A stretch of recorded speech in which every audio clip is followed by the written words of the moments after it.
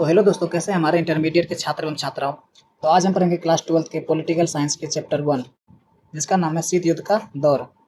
तो इस चैप्टर से जितने भी बीबीआई सब्जेक्टिव बनते हैं उन सारे सब्जेक्टिव को इस वीडियो में कवर करेंगे। और शीत युद्ध का दौर जो कि पहला चैप्टर है पॉलिटिकल साइंस का, इस चैप्टर से जितने भी बीबीआई ऑब्जेक्टिव बनते हैं उन सारे ऑब्जेक्टिव को हम ऑलरेडी करा चुके हैं। तो जो भी हमारे भाई और बहन ऑब्जेक्टिव नहीं किए हैं, इस चैप्टर का इम्पोर्टेंट ऑब्जेक्टिव नहीं किए हैं, वो प्लेलिस्ट में वीडियो पर आया, जाकर देख लीजिएगा। तो चलिए देखते हैं पहला क्वेश्चन कौन सा है। तो पहले 2 नंबर का सवाल देखेंगे, जो 2 नंबर का अक्सर पूछा जाता है। पहले 2 नंबर का देखेंगे, बाद में 5 नंबर का सवाल देखेंगे, ठीक है। तो पहला क्वेश्चन है, शीत युद्ध क्या है। तो देखिए, शीत युद्ध क्या है, तो आंसर लिखेंगे, द्वितीय विश्व युद्ध के बाद अमेरिका और सोवियत संघ के बीच तनाव एवं प्रतिस्पर्धा की स्थिति को शीत युद्ध कहा जाता है। देखो, शीत युद्ध का मतलब क्या होता है। शीत युद्ध का मतलब होता है ठंडा युद्ध। शीत का मतलब ठंडा होता है, ठीक है। तो ठंडा युद्ध हो गया। तो दूसरे विश्व युद्ध के बाद, दूसरा विश्व युद्ध कब होता है, 1939 1945 होता है ना, 1939 1945 तक। तो 1945 के बाद शीत युद्ध का शुरुआत होता है। इस युद्ध में होता क्या है, हमें अमेरिका और सोवियत संघ के बीच वैचारिक युद्ध होता है, वास्तविक युद्ध नहीं होता, ठीक ना। इसमें क्या होता है, वैचारिक युद्ध होता है। मतलब अमेरिका चाहता है कि हम पूंजीवादी धारा को लागू करेंगे, और सोवियत संघ चाहता था कि हम साम्यवादी विचारधारा को लागू करेंगे। इस दोनों के बीच वैचारिक युद्ध को शीत युद्ध कहा गया, ठीक है। तो कैसे आंसर कैसे लिखेंगे, दूसरे विश्व युद्ध के बाद अमेरिका और सोवियत संघ के बीच तनाव एवं प्रतिस्पर्धा की स्थिति को शीत युद्ध कहा जाता है। इसको ऐसे भी लिख सकते हैं कि दूसरे विश्व युद्ध के बाद अमेरिका और सोवियत संघ दो महाशक्ति के रूप में उभर कर आया, ठीक है। एक तरफ अमेरिका चाह रहा था कि पूंजीवादी धारा लागू करें, और वहीं दूसरी तरफ सोवियत संघ चाहता था कि साम्यवादी विचारधारा लागू करें। अतः दोनों के बीच क्या हो गया, वैचारिक युद्ध इसमें शुरू हो गया। तो इन्हीं वैचारिक युद्ध को शीत युद्ध कहा गया, ठीक है। आगे देखते हैं दूसरा सवाल है शीत युद्ध की शुरुआत कब हुई। तो अभी बताएं, शीत युद्ध की शुरुआत कब होती है, दूसरे विश्व युद्ध के बाद, अर्थात 1945 के बाद, ठीक है। तो आंसर कैसे लिखेंगे, शीत युद्ध की शुरुआत द्वितीय विश्व युद्ध के बाद 1945 ईस्वी से मानी जाती है। यह लगभग 1991 साल तक चला था, 6 साल तक चला था, ठीक है। 1945 से 1991 तक, 1945 से 1991 तक शीत युद्ध चला था। और ये कौन सा युद्ध था, तो वैचारिक युद्ध था। आइए देखते हैं अगला क्वेश्चन, 3 नंबर सवाल है। देखिए, शीत युद्ध के 2 प्रमुख गुट के नाम लिखिए। दोनों गुट का नाम पूछ रहा है, तो अमेरिका और सोवियत संघ लिख दीजिएगा, ठीक है ना। उसके बाद अमेरिका क्या चाहता था, तो वो पूंजीवादी धारा चाहता था, ठीक है ना, पूंजीवादी धारा को लागू करें। वहीं सोवियत संघ क्या चाहता था, तो पूरे राज्य में साम्यवादी विचारधारा लागू करें, ठीक है। आगे देखते हैं, अगला क्वेश्चन है 4 नंबर क्वेश्चन है, नाटो क्या है। देखिए, नाटो एक संगठन है, ठीक है, जो कि किसके अतिरिक्त में आता है, तो अमेरिका के अतिरिक्त में आता है, अमेरिका।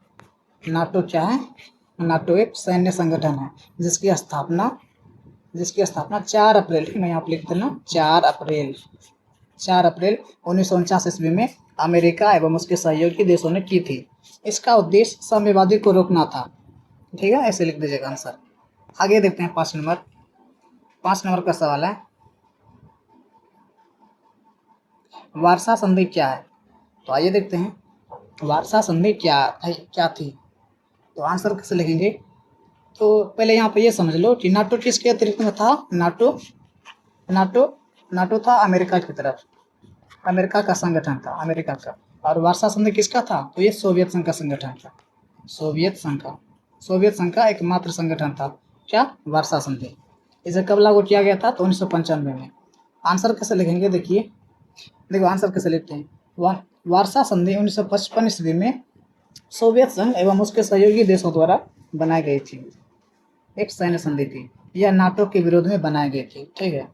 नाटो किसके अतिरिक्त में था, अमेरिका के। वहीं सोवियत संघ के अतिरिक्त में कौन सा संगठन था, तो वार्सा संधि, जो कि 1995 में क्या हुआ था, 1995 में किस संधि को बनाया गया था। तो अगला क्वेश्चन देखते हैं 6 नंबर। 6 नंबर सवाल है, गुट निरपेक्ष आंदोलन क्या है। तो गुट निरपेक्ष आंदोलन बेसिक से इतना समझ लो कि दोनों गुट था ना, अमेरिका, एक तरफ अमेरिका था और एक तरफ सोवियत संघ था। दोनों गुटों से अलग रहना गुट निरपेक्ष आंदोलन कहा गया, ठीक ना। यानी कि इस आंदोलन में वो सब देश शामिल हुए जो सब देश इन दोनों गुटों से अलग रहना चाहता था। वो ना तो इसके पक्ष में रहना चाहता था और ना ही इसके पक्ष पे। तो उन देशों ने कौन सा रास्ता अपनाया, तो गुट निरपेक्ष का रास्ता अपनाया। इसका आंसर को कैसे लिखते हैं, देखो आंसर इसका कैसे लिखेंगे। गुट निरपेक्ष आंदोलन ऐसे देशों का संगठन था जो शीत युद्ध के समय किसी भी गुट में शामिल नहीं होना चाहता था, ठीक है। गुट निरपेक्ष आंदोलन ऐसे देशों का संगठन था, ऐसे देशों का संगठन था जो शीत युद्ध के समय किसी भी गुट में शामिल नहीं होना चाहता था। भारत इसका प्रमुख सदस्य था, ठीक है। भारत क्या था, इसका प्रमुख सदस्य था। चलिए आगे देखते हैं। अगला क्वेश्चन है, गुट निरपेक्ष आंदोलन के 2 नेताओं के नाम लिखिए। 2 नेताओं के नाम पूछ रहे हैं इसमें। तो पहला लिख दीजिएगा भारत से जवाहरलाल नेहरू और मिस्र से नहीं, मिस्र से ही हो जाएगा शायद, मार्शल टीटो। पहला हो जाएगा भारत से, दूसरा हो जाएगा मार्शल टीटो मिस्र से। अगला क्वेश्चन देखते हैं। अगला क्वेश्चन है, क्यूबा मिसाइल संकट क्या था। क्यूबा क्या है, अमेरिका के तट से लगा हुआ एक छोटा सा द्वीप है क्यूबा। तो क्यूबा मिसाइल संकट क्या था। तो आंसर लिखेंगे 1962 ईस्वी में अमेरिका और सोवियत संघ के बीच क्यूबा में मिसाइल तैनाती को लेकर तनाव उत्पन्न हुआ। इसे क्यूबा मिसाइल संकट कहा जाता है। मतलब इसका ऑब्जेक्टिव भी पूछा जाता है कि क्यूबा मिसाइल संकट कब हुआ था। 1962 ईस्वी में, ठीक है, याद रखिएगा 1962 ईस्वी में। अगला क्वेश्चन देखते हैं। अगला क्वेश्चन है, शीत युद्ध का मुख्य कारण क्या था। देखिए क्वेश्चन क्या कह रहा है, शीत युद्ध का मुख्य कारण क्या था।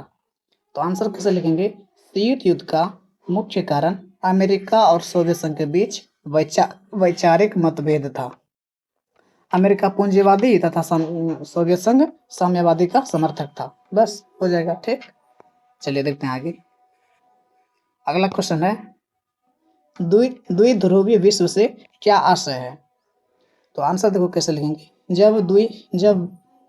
जब विश्व 2 महाशक्तियों के प्रभाव में बट जाए तो उसे द्विध्रुव कहा जाता है। शीत युद्ध के समय अमेरिका और सोवियत संघ 2 ध्रुव थी। तो देखो इसका आंसर कैसे लिखेंगे, देखो द्विध्रुव पूछता है, वहीं पर बहुध्रुव भी पूछ लेता है, ठीक है।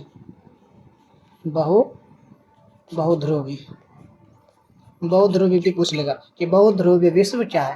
देखो पहले द्विध्रुव समझते हैं। जब दुनिया में दो महाशक्ति का वर्चस्व रहे, महाशक्ति का वर्चस्व रहे, उसे क्या कहेंगे, द्विध्रुव कहेंगे। और बहुध्रुव का मतलब क्या हो जाएगा, जब कोई दुनिया में मतलब जब दुनिया में एक नहीं दो या 2 से ज़्यादा, नहीं 2 से ज़्यादा, ठीक ना, 2 से ज़्यादा महाशक्ति रहे उसे बहुध्रुव कहेंगे, ठीक है। तो आशा करते समझ गए होंगे सभी लोग। आंसर लिखेंगे सीधा इसका आंसर लिखेंगे, जब विश्व 2 महाशक्तियों के प्रभाव में बट जाए उसे द्विध्रुव विश्व कहा जाता है, ठीक है। शीत युद्ध के समय अमेरिका और सोवियत संघ दोनों 2 गुट में बट गया था। दोनों महाशक्तिशाली था, ठीक ना। अमेरिका भी महाशक्ति था और सोवियत संघ में, ठीक। हालांकि बाद में सोवियत संघ की हार हो जाती है, सोवियत संघ का क्या हो जाता है, विघटन हो जाता है। तो इसी के साथ हमारा 2 नंबर का 10 क्वेश्चन कंप्लीट होता है। तो 5 नंबर का भी क्वेश्चन करा देते, बट अभी क्लास को यहीं पर रोक रहे हैं, ठीक है। कुछ कारण सभी क्लास को यहीं पर रोक रहे हैं। तो हम नेक्स्ट क्लास में 5 नंबर का क्वेश्चन कराएंगे, ठीक है। शायद 2 नंबर का क्वेश्चन और बचा है, 10 क्वेश्चन और बचा है 2 नंबर का। बाकी 5 नंबर का क्वेश्चन हम नेक्स्ट क्लास में कराएंगे। तो इसी के साथ बने रहिए हमारे क्लास में। चैनल को सब्सक्राइब कर लें और लाइक कर लें। धन्यवाद।